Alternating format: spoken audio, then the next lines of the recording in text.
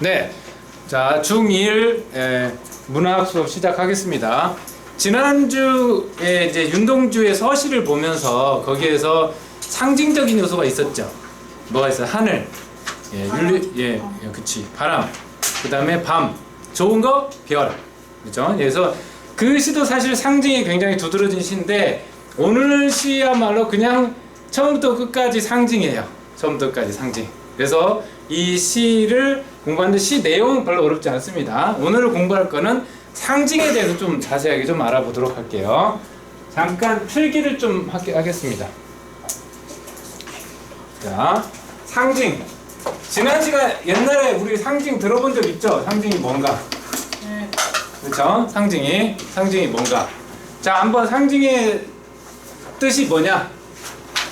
추상적인 대상을, 추상적인 대상이 뭐 내용이라고 합시다. 추상적인 내용을 구체적인 사물로 나타내는 방법.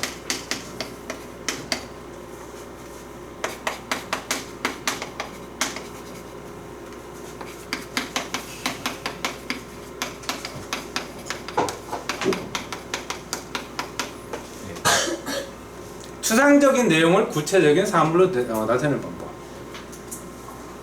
우리가 저번에 나왔던 거 뭐 있지만은 뭐야, 그냥 대표적인 게 뭐예요? 평화. 우리 평화 그러면 평화 그냥 뭐 추상적인 거잖아요. 그렇죠? 평화라는 게 눈에 딱 보이는 건 아니잖아. 근데 그거를 상징하는 게 뭐죠? 평화의 상징이? 그래요, 비둘기죠. 비둘기. 왜 비둘기가 평화의 상징이 됐을까? 잘 모르겠어요. 그쵸? 근데 서양 사람들은 그거 동양적인 개념은 아니에요. 사실 우리가 옛날부터 비둘기를 평화의 상징을 하지는 않았는데 약간 서양적인 개념인데 왜 그랬어요? 근데 보면 비둘기가요 좀 순합니다. 그래요? 순해요. 실제로 시골 이런 비둘기들 말고, 여기 요즘에 막 길가에 가도 막 안 비키죠. 그죠? 내가 비켜가야 돼. 뭐 그런 비둘기 말고 보통 산비둘기, 맷비둘기라고 하는 그런 비둘기들을 보면 항상 좀 다른 데서 오래 쫓겨다니고, 심지어 작은 새들한테도 쫓겨다니고 그래요. 그러다 보니까 좀 순하고, 그러다 보니까 평화의 상징이 되지 않았을까 생각이 좀 듭니다.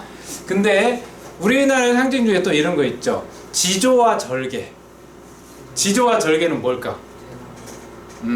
대나무 또는 소나무. 그렇죠? 왜? 지조와 절개라는 게 뭐냐? 변하지 않는다는 거예요. 변하지 않는 어떤 대상에 대한 충성, 어떤 대상에 대한 사랑의 마음이 무슨 일이 있어도, 심지어 목에 칼이 들어와도 내가 죽어도 변하지 않는다. 이게 지조와 절개인데, 지조와 절개를 상징하는 사물이 대표적인 게 소나무, 대나무죠. 왜? 그건 딱 이유가 있어요.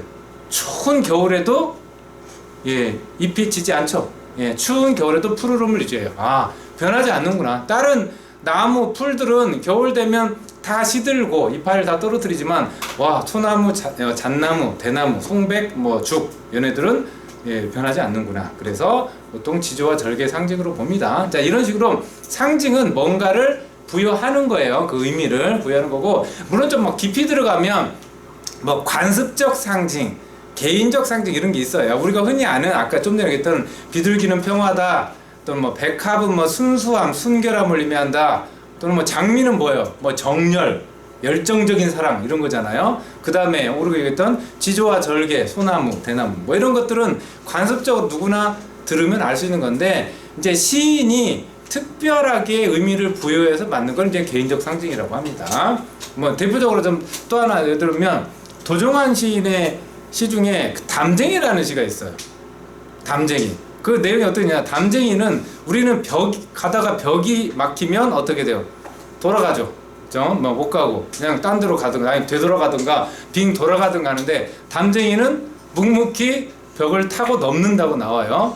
이게 뭔 의미일까? 그건 개인적 상징으로 뭘 의미하냐면, 그 담쟁이가 민중을 의미해요. 민중, 또는 옛날에 이제 그분도 민주화 운동을 했던 분이기 때문에, 벽은 뭔가 우리를 가로막는 존재들, 장애물, 또는 그 당시에 독재 정권일 수 있습니다. 근데 이 담쟁이는 민중, 그 당시에 서민들, 또는 핍박받고 억압받는 사람들, 소외된 사람들, 그런 사람들은 묵묵히 타고 가장 약한 존재인 것 같지만 그 벽을 타고 넘는 위대한 존재다 이렇게 표현한 거예요. 그러니까 이런 것들은 누가 담쟁이를 보고 그걸 생각할 수 있겠어요. 예, 그 시인이 설정한 개인적 상징입니다. 어쨌든 이제 그런 정도 알아두시고 오늘은 이제 상징이 그런 걸 한번 알아두시는데 상징은 하나 제가 그림으로 뭐 살짝 저번에 한 적이 있었어요. 그럼 비유하고 상징은 어떤 차이가 있느냐? 솔직히 되게 비슷해요. 비유하고 상징은 거의 비슷한데 저번에 얘기했어요. 상징은 원관념, 예, 원관념, 보조관념 그거 아시죠? 예, 원관념하고 보조관념의 예, 대응 관계가 원관념은요 상징은 되게 많아요. 한두 개가 아니야. 여러 개, 뭐 수십 가지가 될 수 있어요. 그 원관념을 하나의 보조관념에 딱 집어넣습니다. 그러니까 원관념과 보조관념의 관계가 다대 1이야. 예, 다대 1입니다. 다대 1. 뭐 한자로 적었지만. 근데 비유는 어떠냐? 비유는 원관념과 보조관념이 1대1이야. 1대1. 그냥 이건 숫자로 적을까요? 1로 적을까? 다대 1이지만 1대1입니다. 1대1. 예. 원관념, 보조관념이 1대1이야.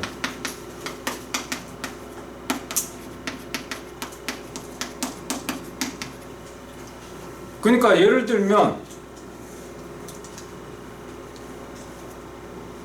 별빛 같은 눈망울 그러면은 눈망울을 별빛에 비유했어요. 1대1이죠. 예, 그렇죠. 그 다음에 우리 여러분 배웠나? 뒤에 나오나? 봄은 고양이로다. 봄은 고양이다. 그럼 봄하고 고양이가 1대1이에요. 예, 비유는요 직유법, 은유법 뭐 이런 것들은 1대1로 대응합니다. 하지만 이 상징은요 많아요. 예, 저번 시간에 우리 윤동주의 별 배웠었잖아요. 별이 뭐 이상, 꿈, 소망, 여러 가지 더 많아요. 엄청나게 들어갈 수 있어요.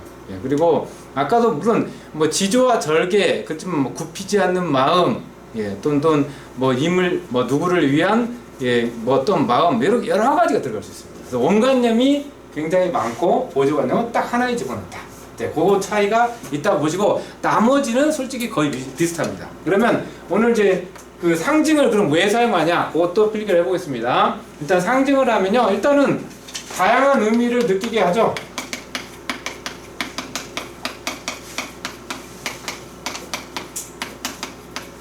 네, 딱 그거 보고 하나만 떠오르지 않아요. 수없이 많은 독자들이 그걸 보면서 각자 다른 걸 느낄 수 있어요. 그게 바로 상징입니다. 그 다음에 두 번째, 말하고자 하는 바를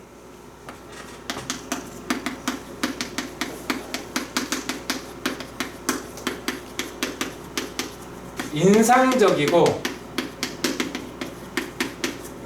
풍부하게 전달할 수 있다.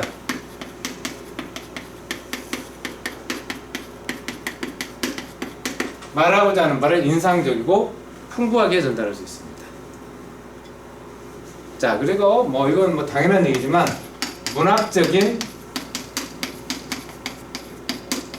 아름다움을 준다. 문학적인 아름다움을 느끼게 한다.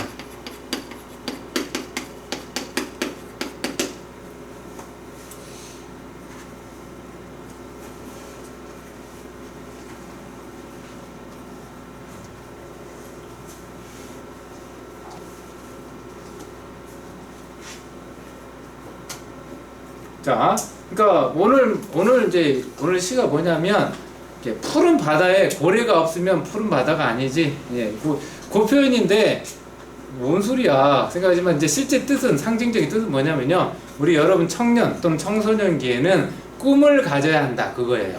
예, 꿈을 가져야 의미 있는 삶이다. 그게 그 얘기인데 그냥 그거를 만약에 시라고 써놓고 여러분 꿈을 가져야 의미 있는 삶을 살 수 있다 이렇게 하면 이게 시가 되겠어요? 아름다워요? 그 내용이?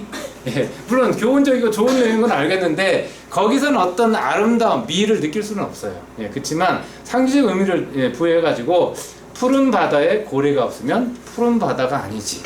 예, 이렇게 표현하니까 물론 그 상징 의미를 모른다면 바다에 고래 없어도 다른 물고기도 많은데 상어도 있고 오징어도 있고 뭣도 있는데 왜 고래만 있어야 돼? 이렇게 생각할 수 있겠지만 그게 아니라 이게 푸른 바다의 고래라는 게 꿈 이상 희망이라는 걸 안다면 그걸 우리가 간파한다면 그렇게 얘기하는 게 훨씬 더 인상적이고 내용을 좀 풍부하게 전달할 수 있고 그 다음에 문학적인 아름다움을 전달할 수 있습니다. 근데 솔직히 이런 거 말고는 이것도 비유에도 똑같이 적용될 수 있어요. 솔직히 그렇습니다. 그래서 비유와 상징은 문학, 특히 시에 굉장히 중요한 요소고 시를 아름답게 느끼게 만드는 게 바로 비유와 상징.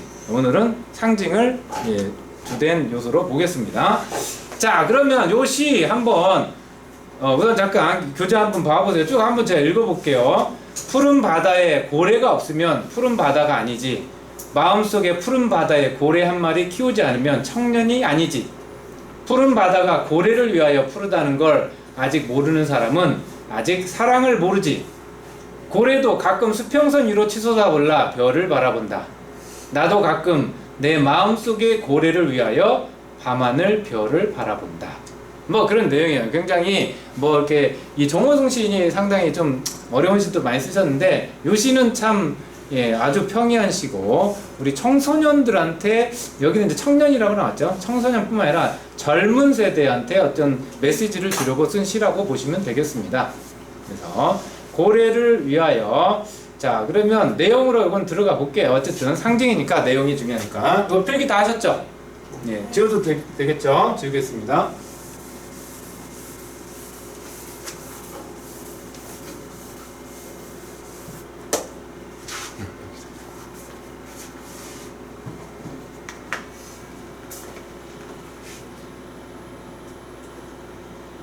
자, 내용 볼게요. 자, 여기서는 계속 반복되는 말이 뭐예요? 푸른 바다, 고래 많이 나오죠? 그럼 여기 중요한 함축적 의미를 갖고 있다고 보시면 되겠어요. 푸른 바다.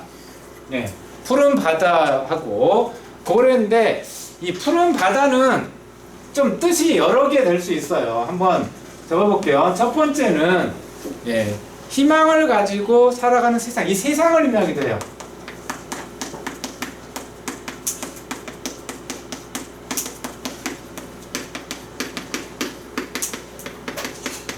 이 세상, 푸른 바다. 바다를 보통 세상에 많이 비유합니다. 바다.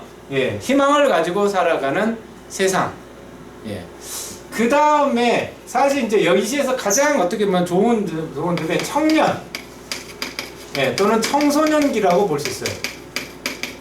청년기, 청소년기. 청년 또는 청소년기. 아니면 이거를 이제 통틀어서 젊음이라고 해도 뭐 틀린 건 아닙니다. 근데 사실 상징이라는 게 여러 가지 의미를 갖고 있다고 했어요. 그래서 이 세 가지로 물론 간추렸지만 요거보다 더 다양한 뜻이 있을 수 있습니다. 어쨌든 자 우리가 사는 세상에 또는 요걸 대입하면 청소년기에 청년기에 또는 여러분 젊음의 시기에 젊음에 고래가 없으면 이 고래 고래 중요하죠. 고래도 상징 뜻이 있어요. 뭐야? 일단은 꿈, 희망, 이상, 목표. 이거 말고도 더 넣으려면 얼마인지 만들 수 있습니다.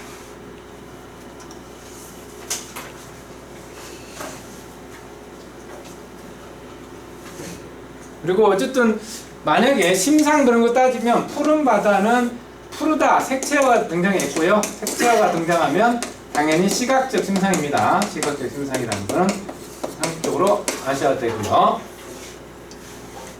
자, 그러면 푸른 바다에 고래가 없으면 푸른 바다가 아니지. 이게 도대체 뭔 뜻인가? 요거 상징 의미를 집어넣어서 해볼게요. 희망을 가지고 우리가 사는 세상에 꿈과 희망, 이상이 없으면 우리가 사는 세상이 아니다. 이렇게 해도 되고요. 청년 또는 청년기에 꿈과 희망이 없으면 청년이라고 할 수 없다. 젊음에 꿈과 희망이 없으면 젊음이라고 할 수가 없다. 이해가 되죠, 대충. 그러니까 우리가 사는 세상이라고 봐도 되고, 근데 왜 이제 이게 청년이란 말이 왜 들어가는? 청년은 갑자기 뜬금없는데요. 밑에가 청년이란 말이 나오죠.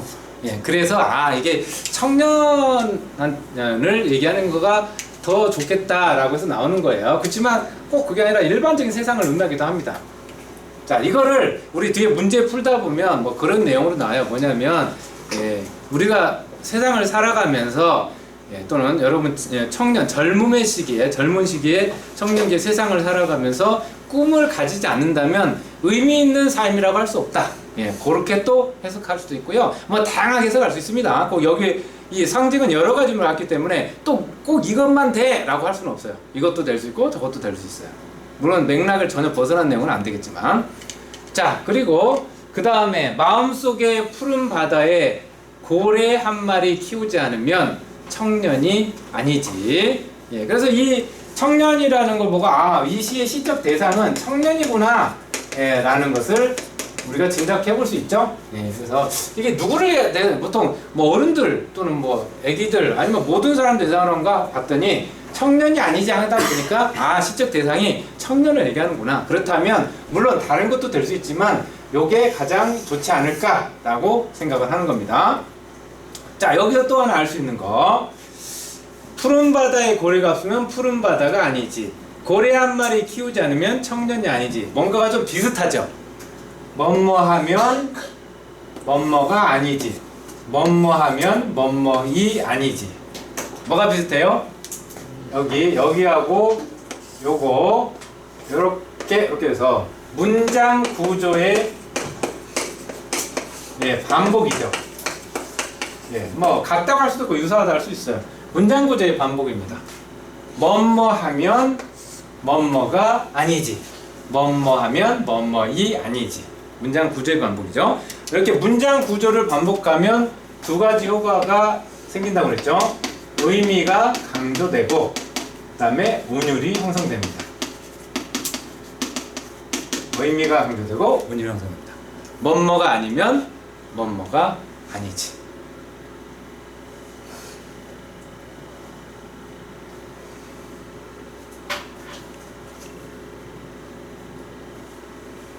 자, 여기까지 좀 이해되셨죠? 이제 조금 더 나가서 밑에 좀 보겠습니다. 푸른 바다가 고래를 위하여 푸르다는 걸, 그렇죠? 뭐 우리 사는 세상이라고 해도 돼요. 또는 청성기라고 하면 청년기, 젊은 청년기가 꿈과 이상과 희망을 위하여 푸르다는 걸 아직 모르는 사람은 사랑을 모른다. 이게 뭔 의미인가 하면 그거는 뭐 어렵게 생각할 필요는 없어요. 결국 꿈과 희망과 이상을 가진 사람만이 사랑을 알 수 있다. 사랑을 이해할 수 있다. 뭐 그런 내용이에요. 그러니까 나는 여기는 이제 물론 안 나왔지만 저는 좀 이런 느낌이 들어요. 뭐냐면 사랑을 안다라는 거는 뭐냐면 좀 어린 걸 벗어난다는 의미죠. 그래서 약간 흔들리는 것 같아요. 그러니까 꿈을 가지고 살아가는 사람만이 결국 사랑도 안다. 그 얘기는 좀 어른이 될 수 있다. 그렇게라고 저는 좀 생각을 해요. 근데 그건 제 생각이고요. 일단은 사랑을 모른다는 그냥 그대로 문자 그대로 해석합니다. 출판사에서는. 그러니까 우리가 꿈을 가지지 않고 살아간다면 그 사람은 사랑을 모르는 사람입니다.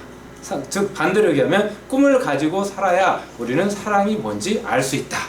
세상의 어떤 지혜도 깨달을 수 있다. 뭐 그런 얘기라고 보시면 되겠습니다. 그래서 뭐 너무 이걸 딱 떨어지게 너무 생각하려고 하지 마세요. 상징은 어떤 느낌 정도로 우리가 딱 알아두시면 됩니다. 그래서 뭐 여러분들 그쵸? 여러분들 꿈 있나요? 여러분들 희망 희망은 있겠지. 근데 목표 조금 구체적으로 목표 있어요? 딱 이거 얘기해보라고 하면 할 수 있어요? 나는 진짜 할 수 있어? 네. 뭐가 꿈이에요? 목표는 서울대 어떻게든 가기. 서울대 어떻게 가기. 근데 이제 사실 서울대 가는 게 꿈과 목표일까요? 생각보다 사실 저한테는 목표인 것 같은데. 물론 그래요. 그러니까 여러분들은 지금은 좋은 대학에 가서 좋은 직업을 갖는 거 또는 좋은 높은 위치로 가는 거 이게 이제 꿈이고 희망이고 이상일 수는 있어요. 그렇죠? 그렇지만 여기서 말하는 건 사실 이제 그보다는 조금 더 광범위하고 포괄적이라고 보면 돼요. 그 사람마다 좀 다른 거죠. 나는 이 세상에 어떤 기여를 하는 사람이 되고 싶다라고 할 수도 있고 나는 또 소박한 꿈을 가질 수도 있습니다. 나는 이렇게 행복한 가정을 꾸리고 살고 싶다. 그렇게 할 수도 있어요. 그리고 나는 예, 공부를 그래서 뭔가를 깨닫는 사람이 될 수도 있다. 뭐 그런 것도 될 수 있고 네가 하는 것도 틀린 건 아닙니다. 틀렸다는 얘기 아니야. 보통 일반인 사람들은 어떤 보다 구체적인 목표를 갖고 있기도 하죠. 예, 어떤 직업을 갖겠다. 그다음에 진짜 돈을 많이 벌겠다. 나는 사업을 해서 아니면 뭘 해가지고 뭐 그렇게 될 수도 있죠. 그러니까 그런 건 다 꿈인데 어쨌든 중요한 건 살면서 여러분 젊은 시기, 청소년 시기 또는 청년기에는 이렇게 꿈을 가져야 한다. 그 얘기를 여기서 얘기하고 있습니다. 자, 여기까지 됐죠? 여기까지 됐고 그 다음 거 한번 보겠습니다.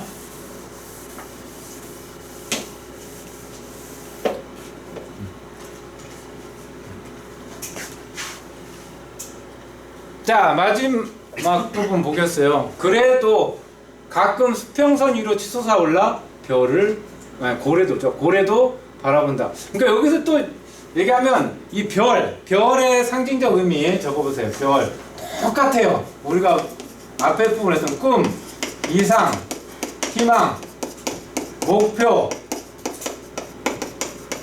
뭐 이런 겁니다. 앞에 나왔던 순서만 조금 바뀌었는데 순서는 상관없고 꿈, 이상, 희망, 목표. 선생님 앞에 고래하고 똑같네요. 상징 의미가. 그러면 이 고래는 그럼 뭐예요? 이 고래는 그것도 꿈과 이상과 희망과 목표가 치솟아라 또 뭐 꿈과 이상과 목표로 간다. 그럼 더 큰 꿈을 보는 건가 좀 이상하죠. 예, 그래서 요거는 굳이 따지자면 꿈을 꾸는 내적 자아라고 적어주면 좋을 것 같아요. 그때는 그때 고래는 꿈을 꾸는 내적 자아, 꿈을 꾸는 내적 자아라고 보시면 좋겠습니다. 꿈을 꾸는 희망, 목표를 가지는 나의 그 자아도, 자아들도 내적 자아도 가끔 수평선 위로 치솟아 올라 별을 바라본다. 내 안에 있는 좀 숨겨져 있는 수평선 위로 쏟아낸다. 뭔가 좀 드러낸다는 의미죠. 그 자아도 결국 나와서 너도 좀 전에 자아를 그 꿈을 드러냈잖아요. 그래서 별을 바라본다. 나도 이 시에 화자 드러났어요, 안 드러났어요? 화자가 드러나 있죠. 화자입니다. 화자가 드러나 있어요. 화자가 나도 가끔 똑같죠. 내 마음속의 고래. 그러니까 마음속의 고래라고 하니까 딱 그런 것 같아요. 똑같이 꿈을 꾸는 내 마음속의 내적 자아를 위하여 밤하늘 별들을 이 별은 위하고 똑같아요. 똑같이 꿈, 이상, 희망 똑같습니다. 그걸 바라본다. 사실 뭐 이 정도 내용이면 이 시는 다 이해가 됩니다. 꿈을 꾸는 내적 자아다. 자, 그러면 이거를 아까도 얘기했지만 이렇게 만약에 해석, 그러니까 이렇게 표현하는 것이 좀 아름다움을 느끼는 거지. 그러니까 꿈을 가지지 못한 청년들은 젊은 사람들이라고 청년이라고 할 수 없다. 여러분들은 꿈을 가져야 한다. 나도 나의 자아도 가끔 수평선 위로 올라와서 내 마음속 고리를 하여 밤하늘 또 다른이라고 해야 될까? 하여튼 꿈과 이상과 희망과 목표를 바라본다. 그거를 또 다시 마음을 다진다. 뭐 이렇게 해버리면 시가 아니죠. 그렇죠? 그러면 아무런 별로 시적인 느낌을 우리가 가질 수 없습니다. 그래서 이렇게 상징의 요소를 해서했는데 뭐 그럼에도 불구하고 조금 계속 이제 같은 말이 반복되고 하다 보니까 저는 좀 별로입니다. 좀 느낌이 뒷부분에 가서 좀 다르게 좀 표현해서 어땠을까? 너무 그냥 처음부터 끝까지 그냥 푸른 바다하고 고래를 가지고 그 모든 상징적 의미를 다 여기서 소위 말해서 커버하려고 하다 보니까 조금 내용 자체가 뒷부분에 가서 조금 난해한 내용이기도 하고 좀 너무 또 반복되는 것 같은 느낌이기도 합니다만 어쨌든 여기서는 중요한 건 상징이라는 게 도대체 뭔가 그거를 알기 위해서 우리가 다 살펴본 시니까 그 정도 우리가 알아두시면 되겠습니다. 자, 그러면 잠깐만 페이지를 좀 넘기셔가지고요 42페이지 한번 넘겨보세요. 42페이지에 넘겨보시면 여기에 조금 뭐 이렇게 교재가 제가 보기에 이렇게 깔끔하지 않은 부분이 있어서 여기서 주제는 젊은 세대가 꿈을 키우고 사랑하기를 소망한다 그런 내용인데 시 속의 상황 해가지고 그 교재에는 좀 오른쪽에 뭐 푸른 바다 고래 이렇게 나왔는데 우리가 아까 앞에서 했던 것이 나와 있으니까 이거는 그어버리시고요. 예, 상황을 한번 적어볼게요. 상황은 인생에 꿈이 없으면 의미 있는 삶이 아니다. 그렇게 좀 적어주세요.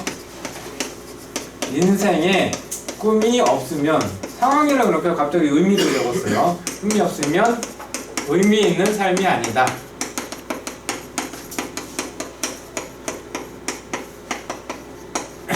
인생에 꿈이 없으면 예, 의미 있는 삶이 아니다. 예, 이렇게 해주시고 그 다음에 이연의 젊은 세대는 꿈이 있어야 한다는 사실 꿈이 있어야 박다는 1년으로 붙어줘야 돼요. 1년으로 이렇게 화살표 해주세요. 예, 이거 좀 잘못됐어요. 이연에 이 얘기가 나오지 않았어요. 예, 1년에 예, 푸른 바다에 고래가 없으면 푸른 바다가 아니지 마음속에 푸른 바다에 고래 한 마리 키우지 않으면 청년이 아니지 그 부분에가 가야 됩니다. 이거는 그러니까 1년에 두 가지가 있는 거예요. 인생에 꿈이 없으면 의미 있는 삶이 아니다. 그 다음에 젊은 세대는 꿈이 있어야 밝다. 이게 1년의 내용이고 2년은 당연히 이제 꿈을 모르면 사랑을 모른다. 예, 3년은 뭐 꿈을 이루기 위해서 나아가는 젊은 세대 뭐 이 정도가 되겠습니다. 뭐 3년도 조금 애매하긴 한데 뭐 틀렸다고는 할 수 없으니까 예, 이렇게 알아두시고 그 다음에 상징 표현 뭐 막 여러 개 나와 있는데 제가 필기해드리는 거가 더 정확하다고 보시면 되겠어요. 여러 가지 의미가 될 수 있다. 세상을 의미하기도 하고 청년, 청소년 시기가 되기도 하고 어떤 젊음을 의미하기도 한다. 푸른 바다는 고래, 꿈 이상 목표인데 뒷부분의 고래는 좀 그 꿈을 가지는 내적 자라고 좀 보시는 게 좋겠고 별은 뭐 똑같습니다. 꿈 이상 목표 희망. 근데 밤하늘이 예, 시련과 어려움이라고 하는데 저는 좀 아니라고 보거든요. 그래서 그것도 좀 밤하늘 있죠? 그것도 나는 좀 아니라고 봅니다. 좀 모르겠어요. 학교에서 뭐 어떻게 가르쳤지 모르겠는데 저는 좀 밤하늘의 별을 바라보는 게 이게 무슨 시련과 어려움인가? 좀 이렇게 저는 아니라고 봅니다. 그거 버리세요. 예, 제가 이렇게 문제 안 내겠습니다. 예, 밤하늘의 별을 바라보면 밤하늘의 별이 보이지 그러면 뭐 낮에 보입니까? 예, 그래서 굳이 여기서 밤하늘의 별을 바라본다가 밤하늘이 어떤 시련과 어려움을 의미한다? 라고 보기는 좀 그런 의미로 쓴 거는 아니지 않을까 생각이 들어요. 그래서 요거는 좀 그거 버리세요. 저도 별로입니다, 이거는. 근데 제가 이제 얘기를 해주지만 혹시 학교에서 이게 교과서에 나온다면, 그죠? 교과서에 안 나오는데, 교과서에 나왔는데 학교 선생님께서 이거 시련 어려움이야 가르쳐주면 시험에 그렇게 나오니까 그렇게 알아둬야 돼요, 사실은. 이제 가다 보면 지금 중고등학교 올라가지고 우리 학원 선생님들이나 아니면 뭐 여러 학자들이 봤을 때도 이거는 전혀 이런 내용이 아닌데 가끔 학교 선생님이 좀 착각을 하는 경우도 있고요. 학교 선생님이 그렇게 또 믿어버리는 경우도 있어요. 그래가지고 전혀 말이 안 되는데 그거를 이렇게 얘기해주고 문제 내가지고 이게 답이야. 근데 이거는 아닌데요. 예, 그건 또 선생님들이 소위 말해서 좀 이렇게 자존심 써가지고 절대 굽히지 않습니다. 그래서 예, 무조건 학교에서 선생님이 내신 대비할 때는 그걸 원하는 대로 선생님 얘기해준 대로 해야 되지만 어쨌든 이거는 지금 그런 건 아니니까 저는 뭐 이게 밤하늘을 굳이 시련과 어려움으로 볼 필요까지는 없다라고 생각이 들고요. 뭐 유사한 문장 구조의 반복은 아까 설명했으니까 됐습니다. 자, 문제 한번 풀어보세요.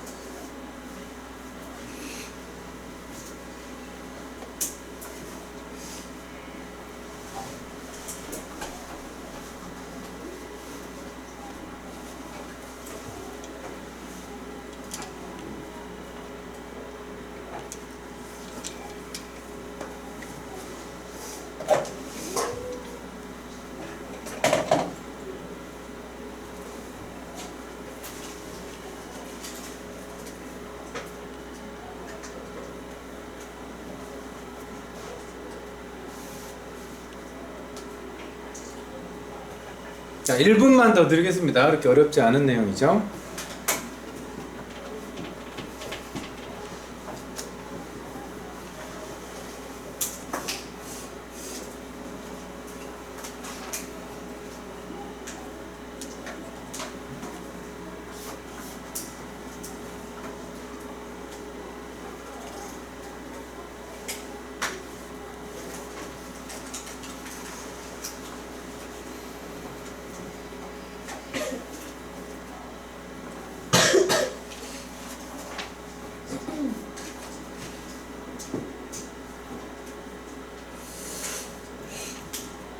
자, 다 풀었습니까? 네, 맞춰봅시다. 적절하지 않은 거 시적어자 겉으로 드러나 있었죠? 나, 네, 쉬운 언어 뭐 당연한 거고, 상징적 표현을 통해 주제, 상징적 표현은 다 상징이죠. 여기는 대립되는 시어가 있나요? 예. 이걸 뭐 무슨 밤하늘을 그걸 보면 이것도 뭐 대립된 건 아닌데 저는 밤하늘을 대립되는 요소라고 보지 않습니다. 그래서 이거는 좀 아니에요. 저번에처럼 그 앞에 시에서는 그 밤이라든지 그 다음에 별 그때는 완벽하게 대립됩니다. 그거는 그렇지만 여기서는 그건 아닙니다. 바람직한 삶에 대한 함축적이라는 말 잘 알죠? 함축적. 요걸 좀 닮아 압축적이라고 해도 됩니다. 압축적.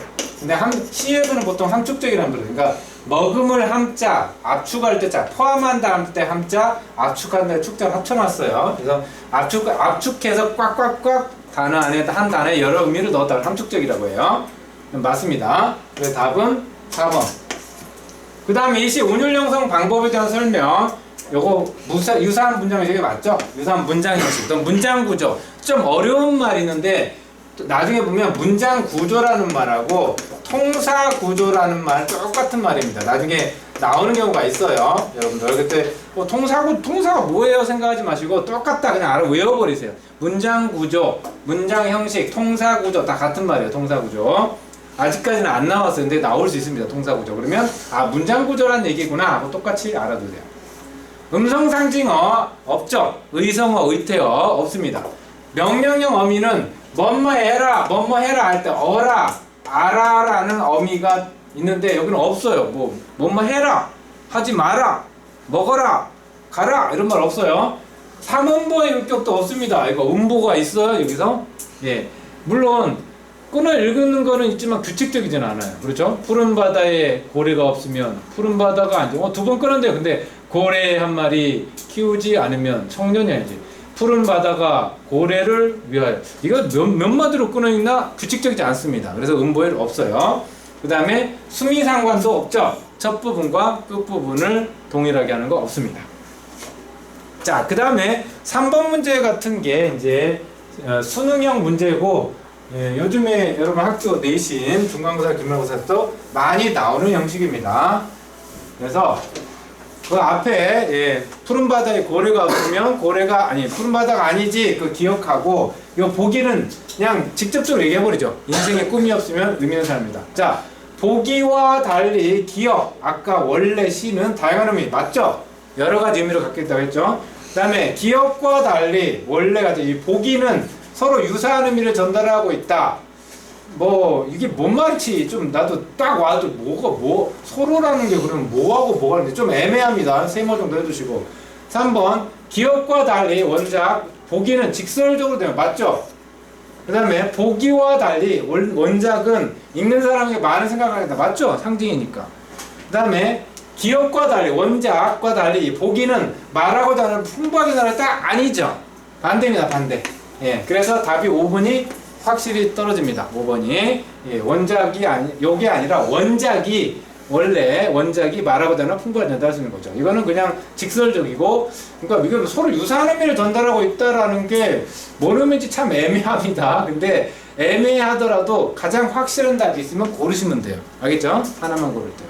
그래서 2번이 나도 뭔 말인지 모르겠어요. 서로 유사한 의미를, 그러니까 서로 유사, 인생의 꿈이어서 의미 있는 사람이 아니다. 하여튼 애매합니다. 근데 어쨌든 가장 확실한 거 5번이니까 5번. 자, 이렇게 푸는 방법 있어요. 여러분들 국어는 상대적입니다. 가장 확실한 거, 가장 틀린 거 고르시면 됩니다. 자, 그 다음에 4번에 니은의 상징이 아닌 거 너무 쉬웠죠? 3번입니다. 자연이 아닙니다. 꿈, 희망, 소망, 이상, 목표 뭐 여러 가지 다 될 수 있습니다. 자, 여기까지 하겠습니다. 지금 쉬는 시간 드릴까요? 이제 지금 쉬세요. 다음 쌤 오실 때까지.